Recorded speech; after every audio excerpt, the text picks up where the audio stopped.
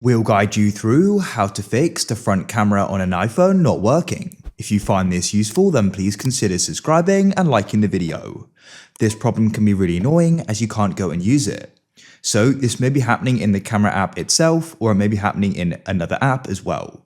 Let's get started with some fixes. I've managed to go and fix this before.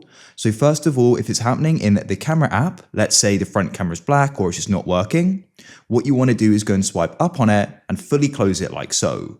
Then you can go and open it up and go and see if that solves the problem. You can do that in other apps as well, close the app and reopen it, and hopefully that solves it.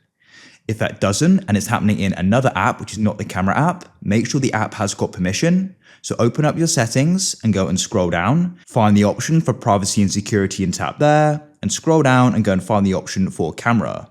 Come in here and make sure the app has permission to go and access the camera. This does apply to the back camera as well, but go and switch it on, and now the front and back camera should now be working in that app.